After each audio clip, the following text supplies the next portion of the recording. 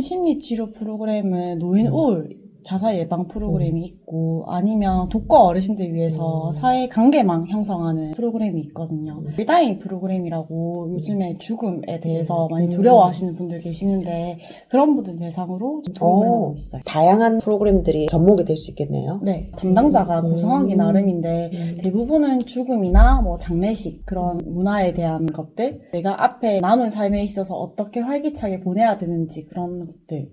그것들에도 이런 예술 치료 같은 것들이 음악이든 될 수 미술이든 있는 거죠. 심리적인 접근이 웰다잉 프로그램도 있고 노인 우울도 있고요. 노인 우울 완화와 자살 예방 프로그램도 네. 있고 그쪽으로 집중돼 있고 네. 치매는요? 치매는 저희가 심지 활동이라 해서 미술 프로그램도 있긴 한데 여가 활동으로 들어가기 때문에 심리 치료라고 볼 수는 없어요. 종이접기가 가장 기본이 되고 종이접기. 뭐 손으로 소근육으로 만들게 한다든지 그림 색칠하는 부분 간단한 부분들이고 심리는 전혀 안 들어가 있어요. 기능을 좀 올린다든지 소근육을 좀 발달시킨다든지 그 부분인 거예요. 재활이라든지 기능 수준을 좀 높이는 거 그런 목적으로 한 프로그램 진행이 되고 우울이란 자살 예방하는 곳은 미술 치료 심리 미술 이렇게 접근이 되고 프로그램들도 다양한 게 있을 거잖아요. 코칭도 있을 수 있고 음악 원예 근데 미술 치료를 선택하신 이유가 있으세요? 아무래도 어르신들이 기본적으로 혼자 계시는 분들이 좀 많고 독거 어르신들이 많기 때문에 그분들은 집에서 대화할 상대가 없으시거든요. 그러면 안에 속에서 가지고 있는 내면적인 감정들을 가지고만 있지 표출하기가 너무 어려워서 비언어적인 부분에서 그런 표현을 하게 되면 좀 자연스럽게 내 감정을 표출할 수 있지 않을까 생각해가지고 제가 미술치료를 하면 어떨까라는 생각이 들어서 이번에 목적을 가지고 하긴 한 거죠. 전공이 아니신데도 잘 아시네요. 기본적으로 저희가 논문을 다 보긴 하거든요. 논문을 많이 보더라. 우울 프로그램 하게 되면 어떤 것들이 효과가 있을지 보면 대체적으로 1차적으로 하는 게 다 원예거든요.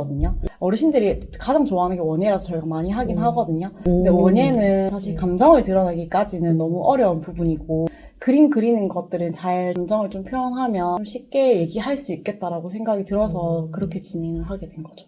그냥 단순히 만들기 하는 활동은 사실 아니다고 생각을 했어가지고 그랬어요. 네, 그래서 그 부분은 뭔가 작품을 만들어가는 거에 의의를 두는 것도 있더라고요. 그것 또한 내 성취감이라 생각하고 근데 그거는 사실 제가 원하는 방향이 아니었기 때문에 오로지 이 수업하는 1시간 동안 그냥 내 감정을 단 한마디라도 하는 게 좋을 것 같다는 생각이 들어서 사실 이거를 진행해보는 게 어떤가라고 생각을 한 거죠. 강사 섭외했던 기준이 있으셨어요.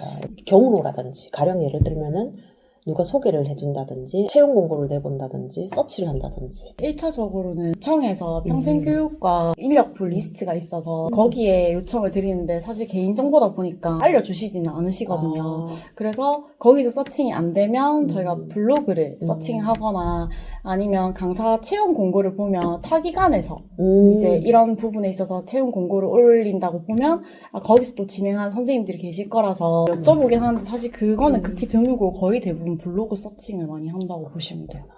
섭외했을 때 기준이 있어요. 또 보는 거 기본적으로 자격증은 보잖아요. 네, 자격증은 보고 근데 이건 선생님들마다 또 보는 게 다 달라서 기준이 달라서 저 같은 경우는 이 노인이라는 그 특수한 대상이기 때문에 이분들 대상으로 프로그램을 얼마나 진행했는지를 좀 더 유의 깊게 보는 것 같아요. 미술치료사 자격증도 민간 자격증이다 보니까 이름이 좀 다양하게 있잖아요. 워낙 다양해서 아시죠? 네, 뭐 노인 심리 미술 치료사 뭐 이런 자격증 이런 식으로 민간에서 발급하는 게 많긴 하더라고요. 협회도 워낙 다양하기 때문에 거기서 발급하는 것들이 많기는 하더라고요. 저희가 치매 강사를 모집할 때도 네, 그런 게 좀 많기는 했었어요. 궁금한 게 선생님은 그러면 어디 자격증이 공식력 있고 좋다 미술치료사 이런 걸 아시는 거예요? 워낙 민간 협회들이 많아서 사실 잘 정확하게 알지는 못해요. 시니어라는 대상에게 적용되는 미술치료사잖아요. 그러니까 노인 미술치료사 자격증, 그냥 미술치료사 자격증 이거를 두고 뭘 더 선호한다 이런 거는 딱히 없으세요? 저는 노인 없이 그냥 미술치료사 자격증을 그래요? 선호하긴 합니다. 이유가 뭐예요? 사실 노인분들 대상으로 하긴 하지만 미술치료에 대한 전문적인 게 아닌 것 같더라고요. 제가 서칭을 해본 결과 잘 아시겠지만 그래도 미술치료사 자격증을 전문적으로 가지신 분들이 하면 어떨까 싶어서 저는 뒤에를 더 선호하죠. 이런 말씀이시죠. 내 생각에는 개인적인 의견일 수 있겠지만 왠지 그냥 미술치료사 자격증 이렇게 있어야지 미술치료에 대해서 좀 더 깊고 전문적으로 공부를 했다는 생각이 들고 네. 노인미술치료사 자격증은 다양한 자격증 중에 하나로 보유하는 느낌이 든다. 네네, 맞아요. 시니어 자격증이라서 그게 더 전문적일 것이다 이런 생각을 안 하시는군요. 네. 개인적으로는 노인미술 치료에 대해서 어떤 생각을 가지고 계셨어요? 어떤 어르신들이 치료라는 걸 하면 되게 굉장히 자기가 뭐가 문제가 있나? 라고 생각을 하시는 그런 분들이, 선입견이 선입견들이 계시기 때문에 저희는 치료라는 단어를 사실 잘 안 쓰긴 하거든요. 그냥 미술 활동.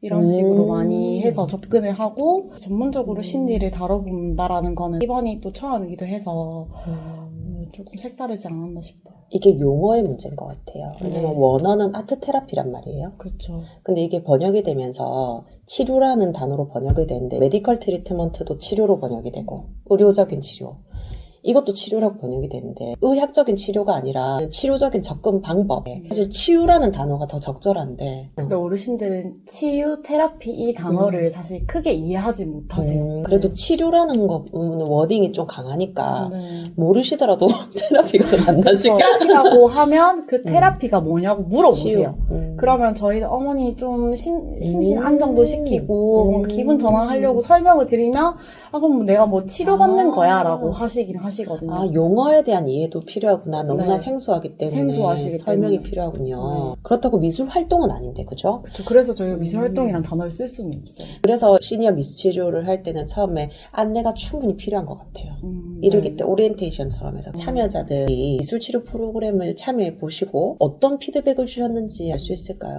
남자 아버님 같은 경우는 저한테 내 혼자 사회성 없이 혼자 있다가 다른 사람을 만나면서 내 감정도 얘기하고 내 상황도 얘기해 보는 경험이 돼서 얘기할 수 있어서 좋았다라고 하시더라고요. 근데 그게 미술이 될 수 있으니 뭔가 색다르웠다. 그렇게 미술로 표현할 줄 몰랐는데 라고 또 표현을 하시더라고요. 직접적으로 얘기하는 게 아니라 미술이라는 매개를 가지고 가지고 얘기를 하시니까. 하니까 좀 더 안전하게 은유적으로 얘기할 수 있는데 네네.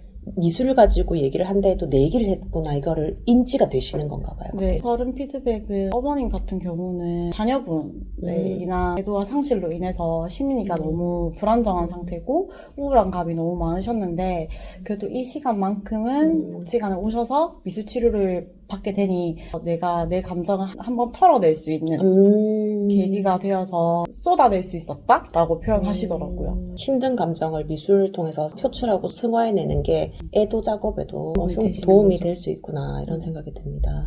자, 마지막으로 이제 선생님은 어떠셨어요?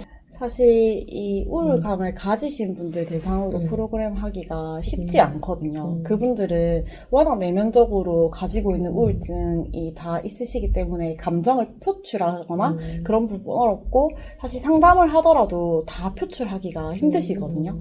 근데 그 비언어적인 방법을 통해서 감정을 표현하시는 부분에 어르신들한테 크게 도움이 되겠다라는 생각을 하긴 했어요. 사실 피드백하고 쉐어링하는 부분이 프로그램에서 잘 없다 보니까 생소하기도 했고 창작이 끝나지 않고 타인과 감정할 수 있는 거에 있어서 뭔가 관계도 형성할 수 있는 부분이 되니까 되게 좋았다고 생각이 들더라고요. 창작에 그치지 않고 작품으로 이야기를 나누는 네. 고맙습니다. 네. 도움이 됐는지 모르겠어요. 감정 드러내는 걸 먼저 저는 하고 싶어가지고 미술 치료를 우선적으로 먼저 뒀던 거예요. 힘들어하시죠? 근데 생각보다 너무 잘 말씀하셔서 저도 깜짝 놀랐고 굉장히 도움이 많이 됐던 것 같아요.